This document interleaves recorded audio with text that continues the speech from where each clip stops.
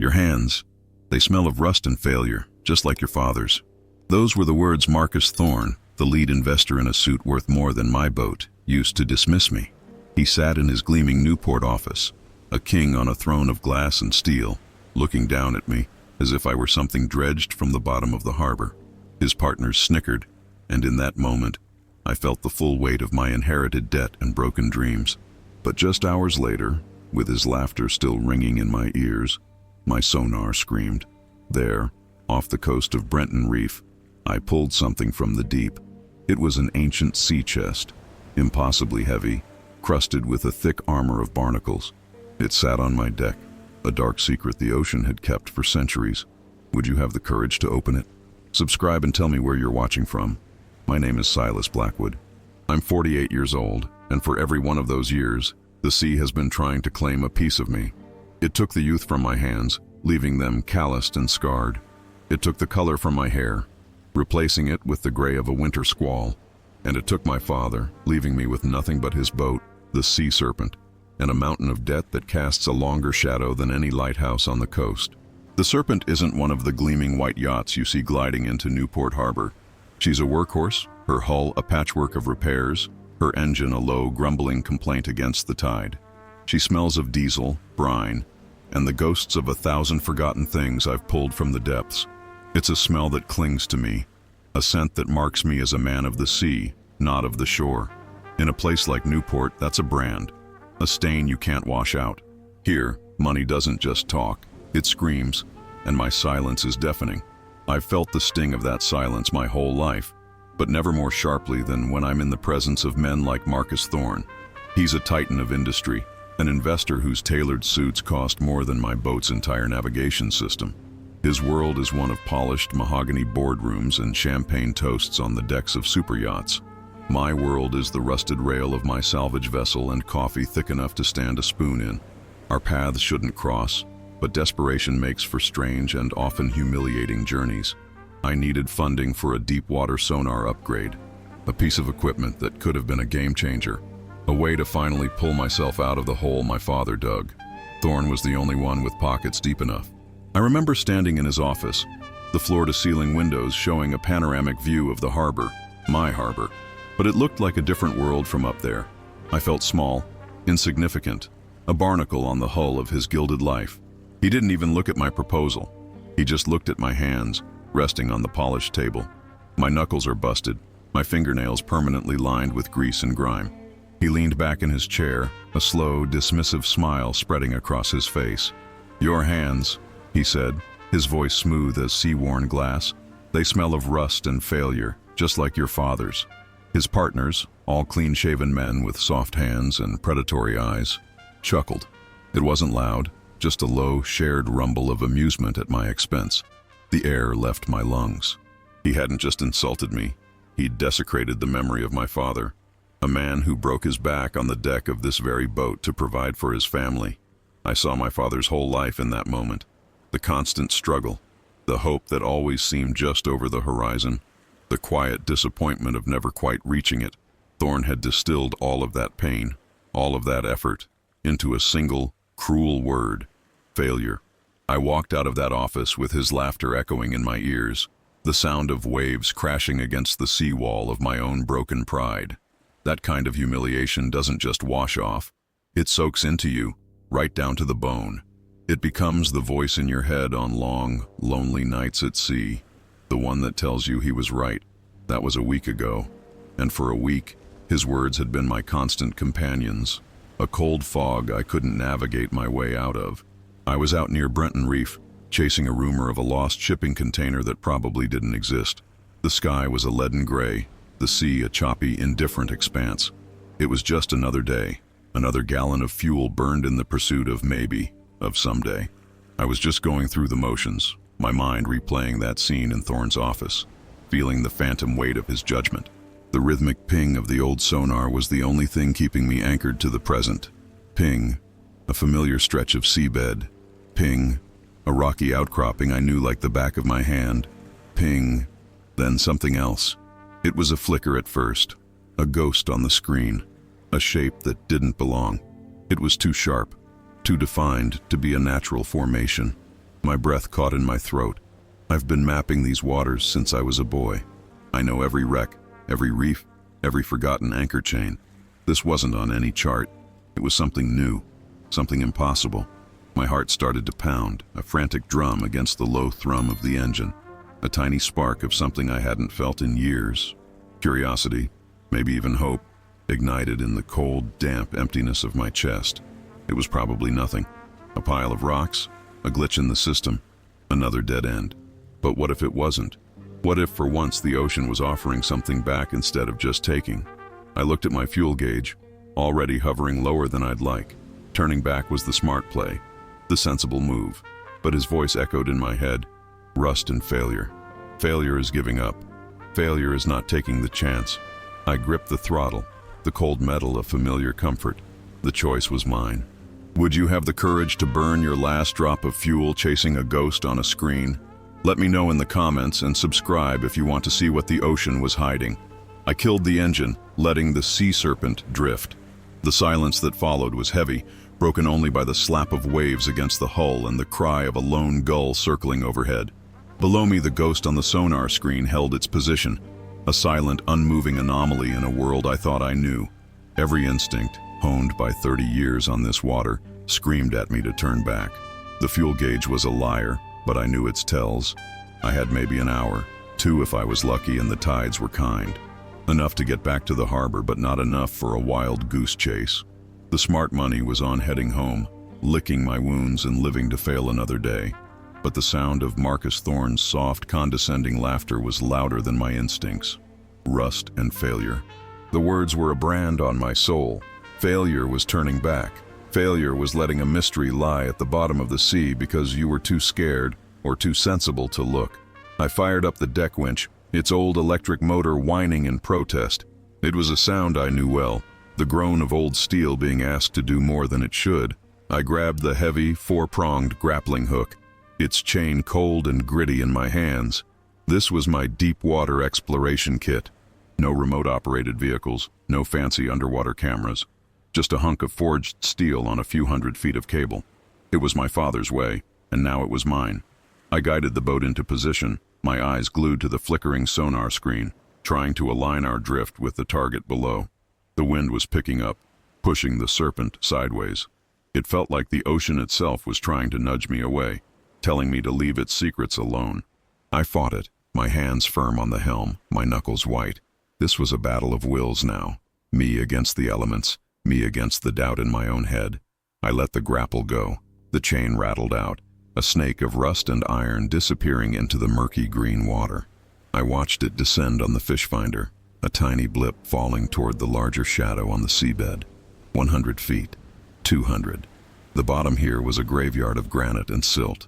It was easy to snag on a rock, to lose the grapple for good. It had happened before. Each time it was a costly, infuriating loss. I couldn't afford another one.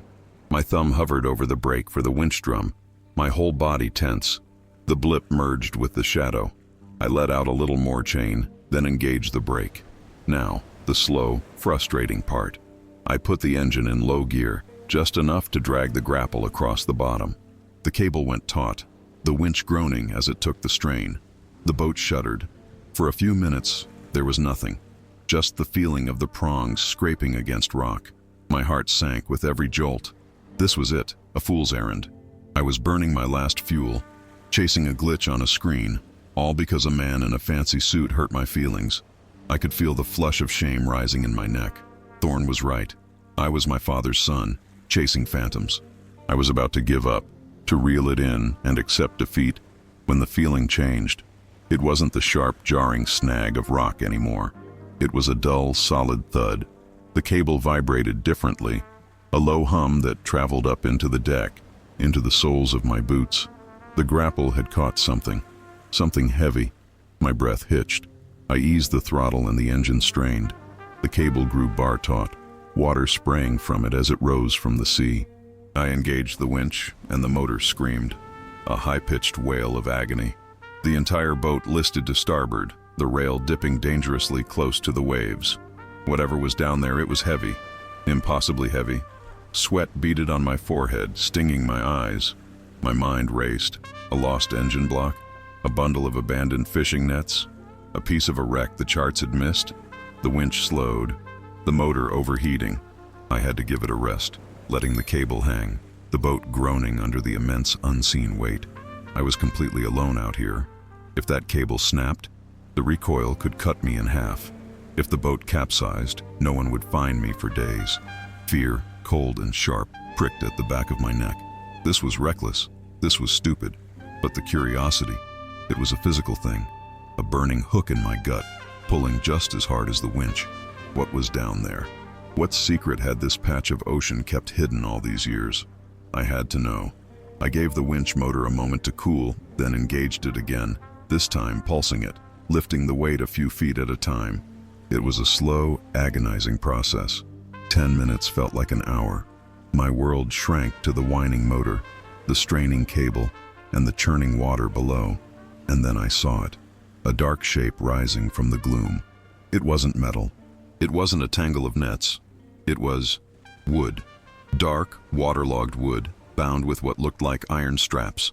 As it broke the surface, the water streaming off it, I saw the thick, calcified armor of barnacles and sea life that had claimed it. It was a chest, an ancient sea chest, bigger than any I had ever seen or read about.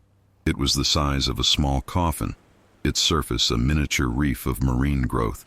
It looked like it had been down there for centuries. It looked impossible. Getting it on deck was the final, brutal test. The small crane on the Serpent was rated for half a ton, and I knew just by the way the boat was listing that this was pushing it to its absolute limit. I maneuvered the crane arm, my hands shaking, not just from exertion but from a dizzying mix of terror and awe. I looped more lines around it, using every trick I knew to distribute the weight. With a final, deafening shriek from the winch, I swung it over the rail. It landed on the deck with a deep, solid thud that seemed to shake the whole boat. The sound echoed in the sudden silence. I cut the winch, and the world was quiet again, save for the wind and the waves. I stumbled back, my legs weak, my heart hammering against my ribs. There it sat, a dark, silent visitor from another time. It smelled of the deep ocean, of brine and decay and time itself. It was a secret the sea had been forced to give up. I reached out a trembling hand and touched its rough, crusted surface. It was real. This was real. After all the years of finding nothing but scrap and sorrow, here was something else. Something that felt like destiny. I stared at it, 1,000 questions screaming in my mind. But the most important one wasn't about what was inside. It was about the moment just before, the decision to chase the shadow. Would you have the courage to pull this up from the dark? Subscribe, and let me know if you would have taken the risk. For 2 days, it just sat there on my deck, a silent, hulking passenger. I worked around it, hosed down the salt spray, checked my engine, all the while stealing glances at it, this dark impossibility that the ocean had vomited up. It was a fortress of barnacles and iron, its wood swollen and black with a century or more of submersion. The locks were fused into shapeless lumps of rust. There was no keyhole, no seam, no obvious point of weakness. It was sealed by time itself. I spent hours just looking at it, my mind a churning sea of what-ifs. What if it was empty? What if it was full of rocks, a ballast chest jettisoned from some old vessel? The thought was a cold weight in my gut. After everything, after betting my last drop of fuel and nearly capsizing my boat, the humiliation of finding it empty would be worse than Thorne's laughter. It would be the universe laughing at me. On the third morning, before the sun had even touched the horizon, I couldn't take it anymore. I took a heavy-duty crowbar, a tool that smelled of rust, my father's tool, and wedged it into a crack where an iron strap had begun to separate from the wood. I put my entire weight on it. The old wood groaned, a deep, mournful sound, but it didn't give. I repositioned, my muscles screaming in protest, my breath coming in ragged bursts. Sweat dripped into my eyes. I was no longer a man trying to open a box. I was trying to pry open my own future. I grabbed a sledgehammer and began to strike the end of the crowbar. The clang of steel on steel echoed across the empty docks, a frantic, desperate rhythm. Finally, with a low, guttural crack that sounded like a breaking bone, a corner of the lid splintered upwards. The smell that escaped was overwhelming. Not the clean scent of brine, but the thick, musty odor of decay, of trapped air, of things long forgotten by the sun.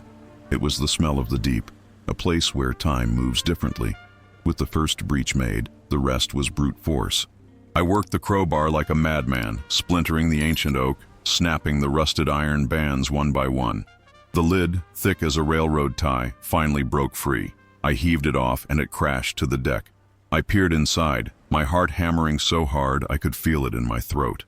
It wasn't a cascade of gold coins like you see in movies. The inside was lined with what was once oilcloth, now just black terry rags that disintegrated at my touch. And beneath them were bricks, dozens of them, stacked with a perfect, dense precision. They were dull, coated in a dark film of grime and age. For a second, a wave of bitter disappointment washed over me. Lead bricks? Ballast? I reached in, my hand trembling, and wrapped my fingers around one. I tried to lift it. It barely budged. It was impossibly heavy, far heavier than lead. I braced myself using both hands and grunted as I pulled it free. It was about the size of a house brick, but it must have weighed 40 pounds. I scraped at the dark film with my thumbnail, and then I saw it. Beneath the grime, a flash of color so pure, so deep, it seemed to absorb the pale morning light and glow from within. A soft, buttery yellow. Gold. My legs gave out. I sat down hard on the deck, the brick of solid gold resting in my lap. Its weight was absolute, undeniable. This one bar was worth more than my boat, my truck, everything I had ever owned, 10 times over. I pulled out another and another. They were all the same. No markings, no mint stamps, no insignia of any kind. Just pure, raw, untraceable gold. They filled the bottom of the chest, a solid floor of unimaginable wealth. I spent the rest of the day in a daze, hiding one of the bars in a duffel bag and taking it back to my small, cluttered house. I cleaned it in my kitchen sink, and as the grime washed away, its true luster was revealed. It didn't sparkle, it radiated. I put it on my cheap kitchen scale, did some rough calculations, and then went online. I typed the weight into a gold price calculator, my fingers feeling clumsy and stupid. The number that appeared on the screen didn't make sense. It was a string of digits my brain couldn't assemble into a coherent value. I did it again, and again. The number remained the same. I started counting the bars in the chest, multiplying, my hands shaking so badly I could barely write. When I finally arrived at the final figure, I felt the air leave my lungs. $250 million. The rumors started a month later. I paid off my father's debts, every last penny, in cash. I bought a new Cummins diesel engine for the Sea Serpent, the quiet, powerful kind I'd only ever dreamed of. I didn't buy a new boat. I didn't move out of my house. But in a town like Newport, that was enough. The whispers started at the docks, spread through the bars, and eventually, inevitably, they reached the polished halls of the yacht club. They reached Marcus Thorne. I saw him one afternoon. I was walking past the marina where the real yachts were kept, and he was stepping off a vessel that looked more like a cruise ship than a boat. He saw me. His eyes, usually so dismissive, narrowed with a new kind of intensity. He walked over, his expensive leather shoes silent on the pavement. He stopped in front of me, a predatory curiosity in his smile. "Blackwood," he said, his voice smooth as ever. "I hear things have been looking up for you. Found a lucky haul?" I just looked at him. I could smell his cologne, a scent that tried and failed to mask the faint odor of greed. I thought of his words in his office, about my hands smelling of rust and failure. I looked down at my own hands, still calloused, still bearing the marks of my trade. They were the hands that had pulled a fortune from the sea. They were the hands that now held more power than he could possibly imagine. "Something like that," I said, my voice even. I didn't smile. I didn't need to. I just met his gaze until he was the one who had to look away. In that moment, I knew. The gold wasn't just money. It was redemption. It was a secret that could destroy men like him, but it was a secret that was also a mystery. Untraceable gold doesn't just appear. It comes from somewhere. It has a history, and I had a feeling that history was as dark and deep as the water it came from. What would you do if you were in my place? Subscribe and let me know. Selling $250 million in untraceable gold isn't as simple as walking into a bank. It's a delicate, dangerous dance. The first bar I sold was through a grizzled old appraiser in a back alley shop in Providence, a man whose eyes had seen more secrets than a priest. He tested it, his face unreadable, then looked up at me, a flicker of something, awe, maybe fear in his gaze. "Where in God's name did you get this?" he whispered. I just told him the ocean is deep and keeps its promises. He didn't ask again. He connected me with a network of private buyers, international brokers who dealt in assets that didn't have a paper trail. Each transaction was a knot of anxiety in my stomach. I moved the gold in small, discrete batches, turning solid history into invisible numbers in a Swiss account. And with every deposit, the number on the screen grew more absurd, more unreal. But the weight in my bank account was nothing compared to the weight that was lifted from my soul. The debt my father left me, the shadow that had defined my entire life, vanished with the first wire transfer. I didn't just pay it off, I erased it from existence. The change in Newport was immediate and profound. I didn't buy a mansion on Ocean Drive or a flashy Italian car. I kept my small house and I kept the Sea Serpent. But I gave her a heart transplant. That new Cummins engine purrs like a contented cat instead of growling like a dying bear. I reinforced her hull, installed a sonar system that could map the wrinkles on a crab shell 1,000 feet down. I made her the boat my father always dreamed she could be. And that, in a town built on appearances, was more powerful than any mansion. The whispers followed me everywhere. The fisherman who used to nod at me with pity now looked at me with a mixture of respect and envy. The dockmaster who once threatened to revoke my slip now asked for my advice on the weather. I was the same man, with the same calloused hands, but suddenly I was no longer invisible. I was Silas Blackwood, the man who tamed the sea's lottery. The true measure of my new reality came a few weeks later, at the annual Newport Regatta fundraiser. I'd never been invited before. This year the invitation was hand-delivered. I went, wearing a simple black suit that still felt like a costume. And there he was, Marcus Thorne, standing in the center of a circle of his sycophantic partners, a glass of champagne in his hand. When he saw me, the circle parted. He walked toward me, his smile a carefully constructed mask of warmth and camaraderie. "Silas, my friend," he began, his voice oozing a friendliness that was more insulting than his previous contempt. "I knew you had it in you. A man of the sea always finds his treasure. I have a new venture, a deep-water mineral rights exploration. I think you'd be a perfect silent partner." He placed a hand on my shoulder, a gesture of ownership. I didn't move. I just looked at him, then down at his hand on my suit. His fingers were soft, manicured, the hands of a man who has only ever lifted a pen or a wine glass. I then looked at my own hands, the knuckles still scarred, the skin still tough. The hands that smelled of rust and failure, the hands that had hauled a king's ransom from the abyss while he was laughing in his glass tower. I met his eyes.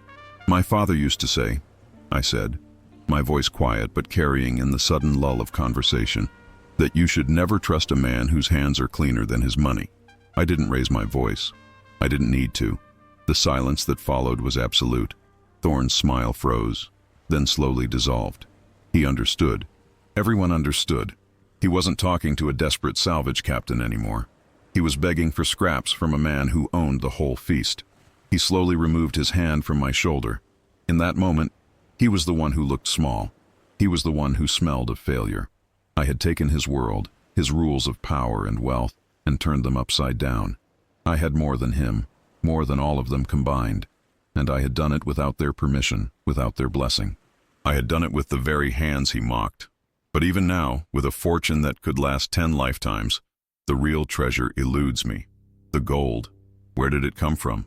I've hired historians, marine archaeologists, experts in lost treasures.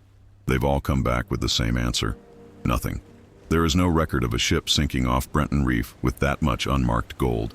No Spanish galleon, no pirate horde, no wartime transport. It's a historical impossibility. The chest was made of an oak that hasn't grown in this region for 500 years. The iron bands were forged in a way that predates colonial settlement. It's a ghost, a treasure without a story. And that's what haunts me. That's what pulls me back to the water. I still take the Sea Serpent out, sometimes for days at a time. I don't need the money. I need the answer.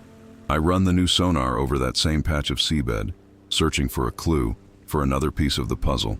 Was it the only one? Was there more? And the biggest question of all, why me? Why did the ocean, after a lifetime of taking, finally decide to give something back to a broken-down sailor in a rusted-out boat? I don't have the answer. The ocean keeps its secrets well, but I'll keep searching. That ping of the sonar is no longer a sound of desperation. It's a sound of purpose.